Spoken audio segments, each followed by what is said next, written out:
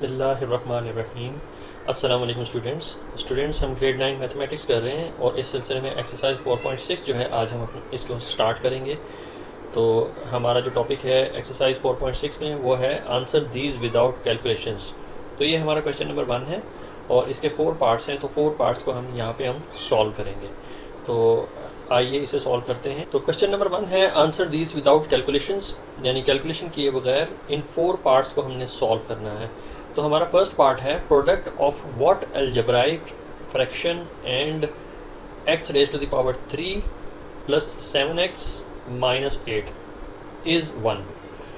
तो कहने का इनका मकसद ये है कि कोई एक एक्सप्रेशन है जो अलजेब्रिक एक्सप्रेशन है और उसको मल्टीप्लाई किया गया है सेकंड अलजेब्रिक एक्सप्रेशन से, यानी x cube plus 7x minus 8 से। तो आंसर जो है हमारा 1 आ रहा है। तो इसका सिंपल सा आंसर है, इसे मैं जो है यहाँ पे सबसे पहले मेंशन करूँगा, फिर उसकी रीज़न जो है मैं आपको बताऊँगा। तो इसका आंसर है हमारे पास यहाँ पे 1 divided by the same fraction that is mentioned in the part 1। तो यहाँ पे मैं वही फ्रैक्शन लिखूँगा जो मेंशन है। तो ये है हमारे पास एक्स क्यूब प्लस 7x और माइनस 8। तो ये है स्टूडेंट्स वो फ्रैक्शन जिससे हमने एक्सप्रेशन को मल्टीप्लाई किया तो हमारा आंसर 1 आया। तो इसकी रीज़न ये है कि अगर हम मल्टीप्लाई करते हैं वाक़अतन इस एक्सप्रेशन को इस फ्रैक्शन से, तो वो भी करके हम जो है इसको चेक कर लेते हैं, देख लेते हैं। तो x cube plus 7x plus minus 8। तो स्टूडेंट्स यहाँ पे अगर ये मल्टीप्लिकेशन हो रही है फ्रैक्शन इसी एक्सप्रेशन से, तो फ्रैक्शन के नीचे जो डिनोमिनेटर है तो ये भी वही एक्सप्रेशन है जो यहाँ पे हमें एक्सप्रेशन गिवन है। तो ये एक्सप्रेशन इस एक्सप्रेशन से कैंसिल होती है, तो हमारा आंसर जो है वो 1 आएगा। तो लिहाजा इसका आंसर जो है 1 है और प्रोडक्ट जो है कोई अलजेब्रिक फ्रैक्शन है, वो फ्रैक्शन है हमारे पास जो मैंने यहाँ पे आपको मेंशन की है। तो सिंपल सा इसका आंसर है कि वो फ्रैक्शन है 1 divided by x cube plus 7x minus 8, जिसको मल्टीप्लाई किया गया एक्सप्रेशन से, तो हमारा आंसर जो है वो 1 आया। तो अब हम चलते हैं अपने नेक्स्ट पार्ट की तरफ। तो नेक्स्ट पार्ट में हमसे पूछा जा रहा है which algebraic fraction divided by x square divided by x square plus y square gives 1। तो वो कौन सा फ्रैक्शन है जिसको जो मेंशन है क्वेश्चन के अंदर फ्रैक्शन, उससे मल्टीप्लाई किया गया, तो आंसर हमारा जो है 1 आएगा।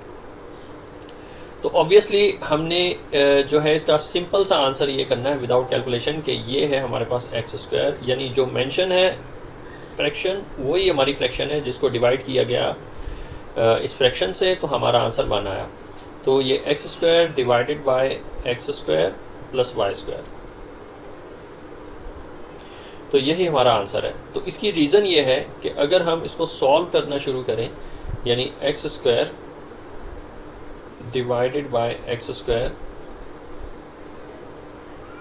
प्लस वाई स्क्वायर, और इसको अगर हम डिवाइड करें सेम फ्रैक्शन से, यानी x square divided by x square plus y square, तो इसे अगर हम सॉल्व करते हैं तो देखते हैं हमारे पास क्या आंसर आता है। तो जब ये डिवीजन मल्टीप्लिकेशन में जाता है तो साथ वाली फ्रैक्शन जो है वो रेसिप्रोकल हो जाएगी। तो फर्स्ट फ्रैक्शन को मैं कॉपी कर लेता हूँ। तो x square divided by x square plus y square, इसे हमने कॉपी कर लिया। और डिवीजन जो है मल्टीप्लिकेशन में जब जाएगी तो जो साथ वाली फ्रैक्शन है वो रेसिप्रोकल हो जाएगी। तो जब ये रेसिप्रोकल हो जाएगी तो ये x square plus y square जो है न्यूमरेटर में चला जाएगा और एक्स स्क्वायर जो है वो डिनोमिनेटर में चला जाएगा।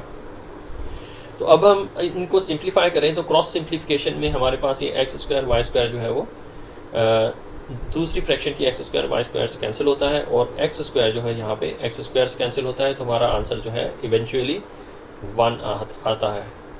तो हमारा आंसर 1 इस तरीके से आ सकता है कि सेम फ्रैक्शन को डिवाइड किया जाए सेम फ्रैक्शन से, तो हमारा आंसर जो है वो 1 आए। तो अब जो है सिंपली हमने जो है इसका आंसर करना है विदाउट कैलकुलेशन। तो विदाउट कैलकुलेशन हमारा आंसर आता है x square divided by x square plus y square. यही वो फ्रैक्शन है, अगर इससे हम डिवाइड करें इस फ्रैक्शन को तो हमारा आंसर जो है वो 1 आएगा। तो पार्ट 3 है sum of what algebraic fraction and m divided by m square plus n square is m plus n divided by m square plus n square.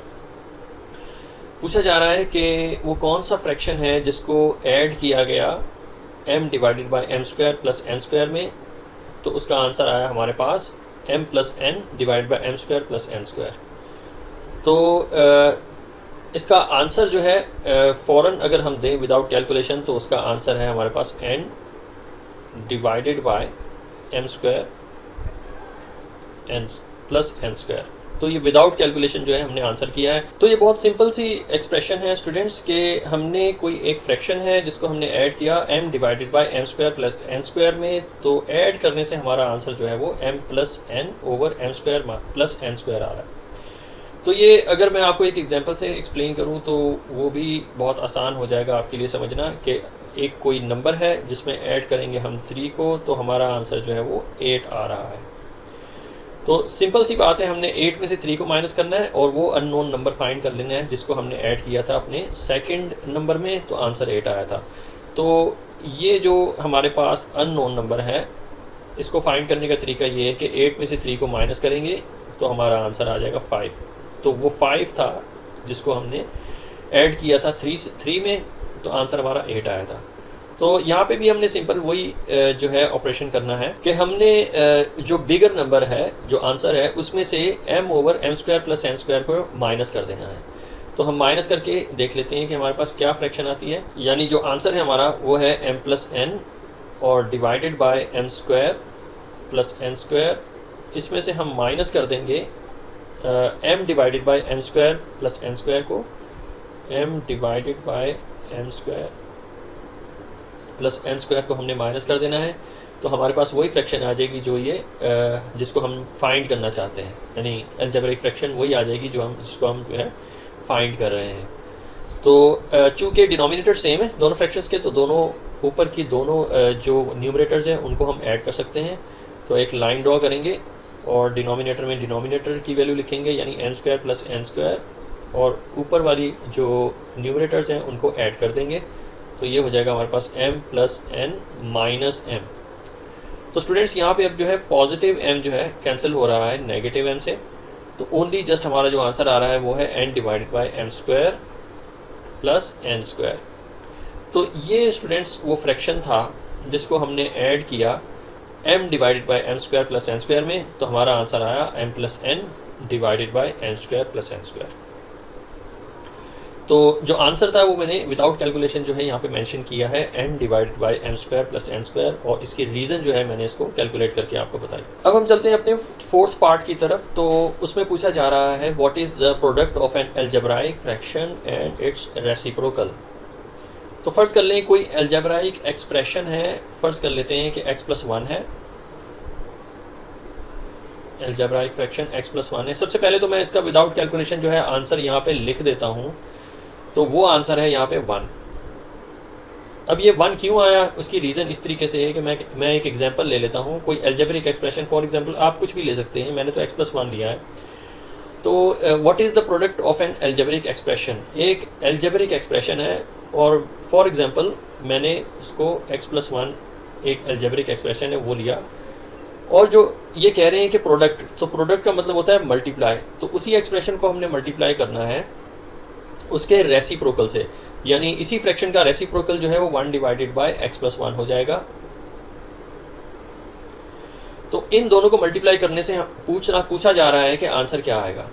तो चूंकि ये मल्टीप्लिकेशन का साइन है तो अब जो है ये x प्लस 1 जो है x प्लस 1 से कैंसिल हो जाएगा, क्रॉस सिंप्लीफिकेशन हो जाएगी, तो आंसर जो है वो 1 ही रह जाएगा। तो हमारा आंसर आता है 1। तो ये इसकी रीज़न है कि हमारा आंसर 1 जो है आता है फोर्थ पार्ट में।